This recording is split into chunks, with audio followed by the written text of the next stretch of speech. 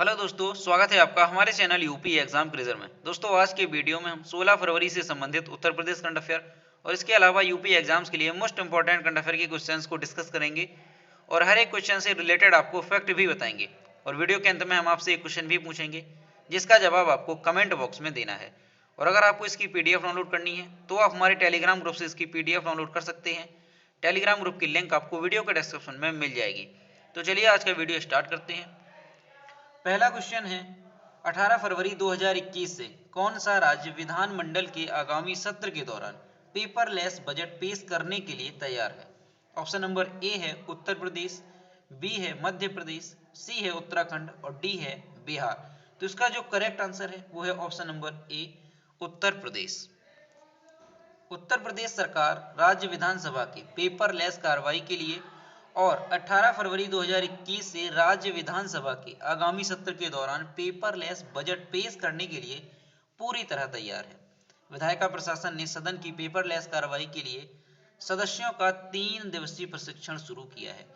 तो अब उत्तर प्रदेश विधानसभा भी पेपरलेस बजट को पेश करेगा और इसके लिए पूरी तैयारी की जा चुकी है।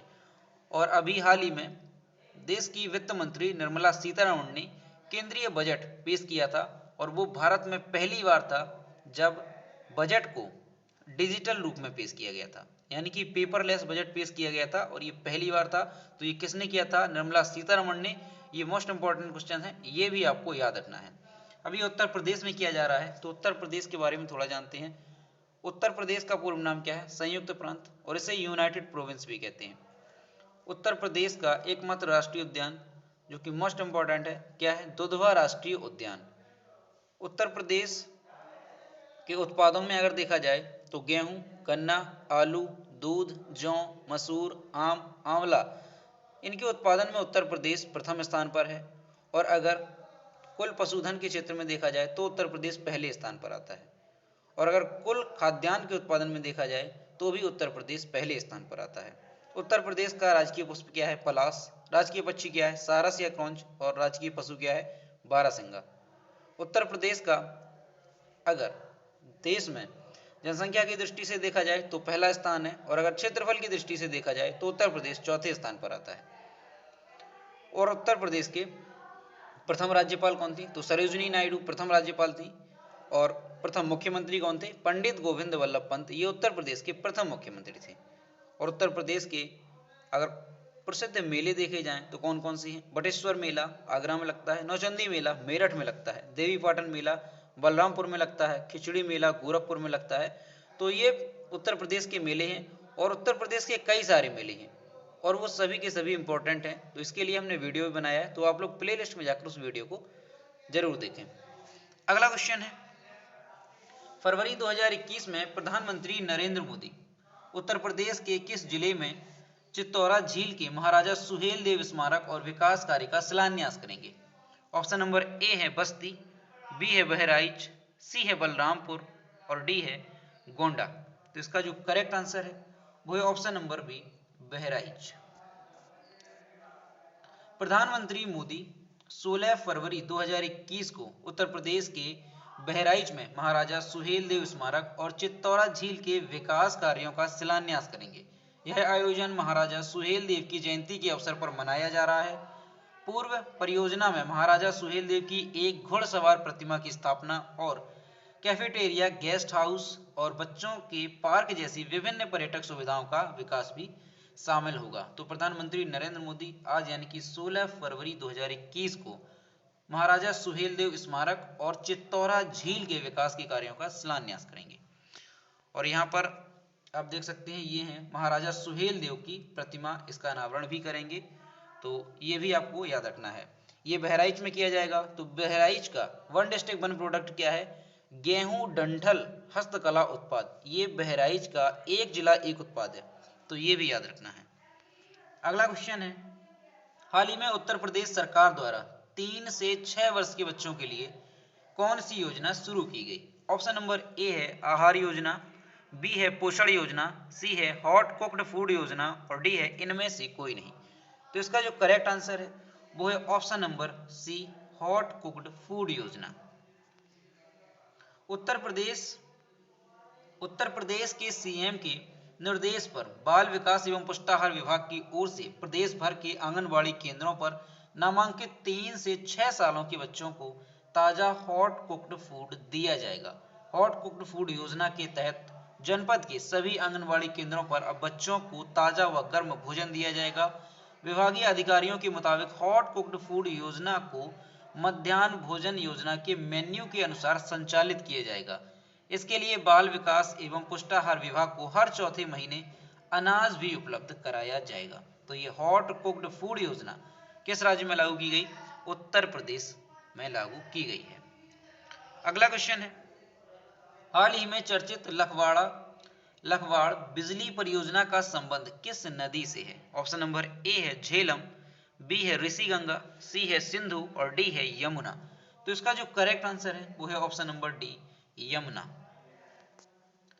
लखवाड़ परियोजना यमुना नदी पर उत्तराखंड में है। परियोजना से उत्तराखंड समेत 6 राज्यों हरियाणा, दिल्ली, हिमाचल प्रदेश, राजस्थान और उत्तर प्रदेश को पेयजल सिंचाई के लिए पानी मिलेगा।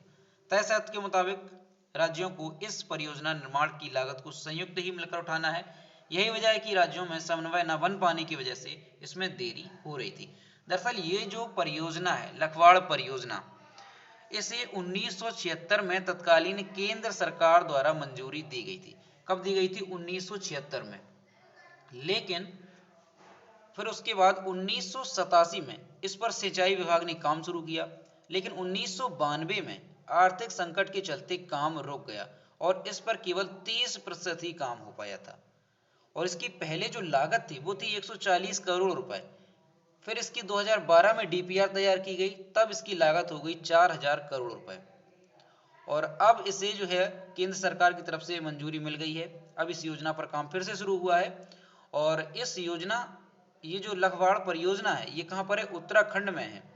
और इसमें उत्तराखंड को 300 मेगावाट की बिजली मिलेगी और साथ ही 12.6 मिलियन घन मीटर पानी भी रोज मिलेगा। और वो जो पानी है वो उत्तराखंड समेत हरियाणा, दिल्ली, हिमाचल प्रदेश, राजस्थान और उत्तर प्रदेश को भी मिलेगा। तो इस वजह से ये जो लखवाड़ परियोजना है ये चर्चा में रहती है, क्योंकि 1976 से लेकर अब तक इसका निर्माण कार्य पूरा नहीं हो पाया है। तो अब इसे परियोजना को मंजूरी दी गई है, तो अब जल्द ही इस योजना को भी पूरा कर लिया जाएगा। तो इससे उत्तर प्रदेश को भी विशेष लाभ होगा। अगला क्वेश्चन है, किस देश की धावका बीएट्रिक्स चेपकोएच ने 5 किलोमीटर रोड रेस को 14 मिनट 43 सेकेंड में पूरा करके विश्व रिकॉर्ड बनाया है? ऑप्शन नंबर ए है केन्या, बी है घाना, सी है माली और डी है नाइजीरिया। तो इसका जो करेक्ट आंसर है वो है option number A, Kenya. Kenya की लंबी दूरी की 29 वर्षीय महिला धावक बीएट्रिस चेपकोएच ने 5 किलोमीटर की दौड़ में विश्व रिकॉर्ड अपने नाम कर लिया। बीएट्रिस चेपकोएच ने 14 फरवरी 2021 को 14 मिनट 43 सेकेंड के समय के साथ 5 किलोमीटर का विश्व रिकॉर्ड तोड़ दिया। उन्होंने मोनाको में पुराने रिकॉर्ड को तोड़ने के लिए 1 सेकेंड का कम समय लिया। उनके नाम पर 3000 मीटर स्टीपल चेज में भी विश्व रिकॉर्ड दर्ज है।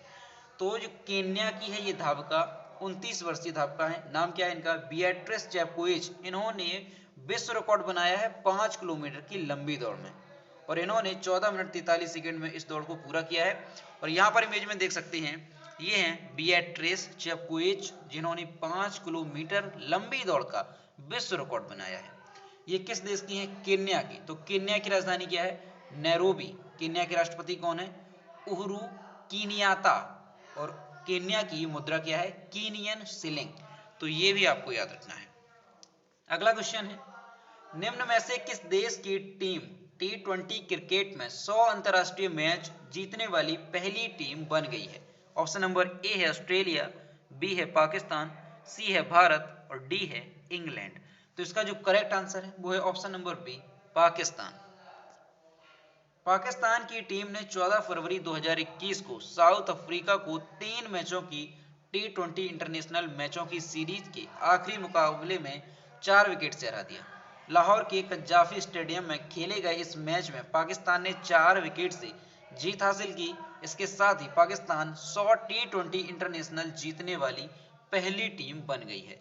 पाकिस्तान ने 164 टी20 इंटरनेशनल मैच खेले हैं, जिनमें से 100 मैच जीते हैं और 59 मैच हारे हैं। वहीं भारत की अगर बात की जाए तो भारत ने 85 मैच जीतकर मुकाबले में दूसरे स्थान पर रहा है। तो पाकिस्तान जो है वो 100 टी20 इंटरनेशनल जीतने वाला पहली टीम बन गई है। तो ये आपको याद रखना है। और पाकिस्तान की राजधानी क्या है? इस्लामाबाद। पाकिस्तान की मुद्रा क्या है? पाकिस्तानी रुपया। और पाकिस्तान के प्रधानमंत्री कौन है? इमरान खान। अगला क्वेश्चन है, इटली के नए प्रधानमंत्री के रूप में निम्न में से किसे नियुक्त किया गया है? ऑप्शन नंबर ए है योशिहिदे सुगा, बी है जीएसेपे कॉन्टे, सी है मारियो द्रागी और डी है महिंदा राजपक्षे। तो इसका जो करेक्ट आंसर है वो है option number C, Mario Draghi. पूर्व यूरोपीय सेंट्रल बैंक के प्रमुख मारियो द्रागी इटली के नए प्रधानमंत्री बन गए हैं। उन्होंने 13 फरवरी 2021 को प्रधानमंत्री के रूप में शपथ ली है। 73 वर्षीय मारियो द्रागी सुपर मारियो के रूप में भी जाने जाते हैं। पिछले प्रधानमंत्री जीएसेपे कॉन्टे ने जनवरी में इस्तीफा दे दिया था। तो इनके पहले कौन थे? यहाँ के इटली के प्रधानमंत्री कौन थे? तो ये जीएसेपे कॉन्टे इटली के प्रधानमंत्री थे और अब इनकी जगह पर मारियो द्रागी जो है इटली के प्रधानमंत्री बन गए हैं। और ये जो जीएसएपे कॉन्टे थे उन्होंने इस्तीफा क्यों दिया था? क्योंकि उनकी पार्टी ने यूरोपीय संघ रिकवरी निधि की खर्च के लिए योजनाओं पर गठबंधन सरकार के लिए समर्थन खो दिया था। तो ये इटली के नए प्रधानमंत्री बने हैं। इटली की राजधानी क्या है? रोम। इटली की मुद्रा क्या है? यूरो। और इटली के प्रधानमंत्री कौन बन गए हैं? मारियो द्रागी। अगला क्वेश्चन है, किस देश ने ह्यूमन इन स्पेस पॉलिसी 2021 के मसौदे का अनावरण किया है? ऑप्शन नंबर ए है रूस, बी है चीन, सी है अमेरिका और डी है भारत। तो इसका जो करेक्ट आंसर है वो है ऑप्शन नंबर डी, भारत। भारतीय अंतरिक्ष अनुसंधान संगठन इसरो ने हाल ही में ह्यूमन इन स्पेस पॉलिसी 2021 के मसौदे का अनावरण किया है। यह नीति मानव अंतरिक्ष कार्यक्रम के लिए प्रौद्योगिकियों के निर्माण के लिए स्टार्टअप और स्थानीय उद्योग की सहायता करने का प्रयास करती है। इसरो ने मिशन के लिए आवश्यक तकनीकों का अध्ययन करने के लिए एक 2 सदस्यीय टीम भी गठित की है। तो ये भारतीय अंतरिक्ष अनुसंधान संगठन यानी कि इसरो ने इसका मसौदा तैयार किया है। तो इसरो का फुल फॉर्म क्या होता है? Indian space research organisation ISRO का फुल फॉर्म होता है। इसरो की स्थापना कब हुई थी? तो 15 अगस्त 1969 को इसरो की स्थापना हुई थी। और इसरो का हेडक्वार्टर कहाँ पे है? तो बेंगलुरु में इसरो का हेडक्वार्टर है। और वर्तमान में इसरो के अध्यक्ष कौन है? तो के सिवान वर्तमान में इसरो के अध्यक्ष हैं। तो ये आपको इसरो से संबंधित याद रखना है। और इसरो की स्थापना किसने की थी? तो विक्रम अम्बलाल साराभाई ने इसरो की स्थापना की थी। तो ये मोस्ट इंपॉर्टेंट क्वेश्चंस हैं इसरो से रिलेटेड जो कि एग्जाम में पूछ लिए जाते हैं। अगला क्वेश्चन है, भारत सरकार ने आपातकालीन मानवीय सहायता के तौर पर निम्न में से किस देश को 2000 मीट्रिक टन चावल उपलब्ध कराई है? ऑप्शन नंबर ए है बांग्लादेश, बी है सीरिया, सी है इराक और डी है म्यांमार। तो इसका जो करेक्ट आंसर है वो है option number B, Syria. Bharat ने सीरिया में खाद्य सुरक्षा को मजबूत करने हेतु 2000 टन चावल उपहार के तौर पर दिया है। विदेश मंत्रालय ने 12 फरवरी 2021 को एक बयान में कहा कि 1000 टन की खेप 11 फरवरी 2021 को सीरिया पहुंच गई है। विदेश मंत्रालय के अनुसार शेष 1000 टन चावल भी 18 फरवरी तक सीरिया पहुंच जाने की उम्मीद है। और सीरिया की सरकार ने आपातकालीन मानवीय सहायता के तौर पर भारत से चावल देने का अनुरोध किया था, इसलिए भारत सरकार ने ये 2000 टन चावल उपहार के तौर पर दिए हैं।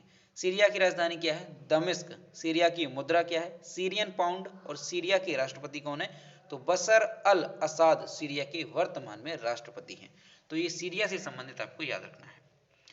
अगला क्वेश्चन है, कोविड-19 परीक्षण के लिए मोबाइल प्रयोगशाला जल्द ही किस राज्य में उपलब्ध कराई जाएंगी?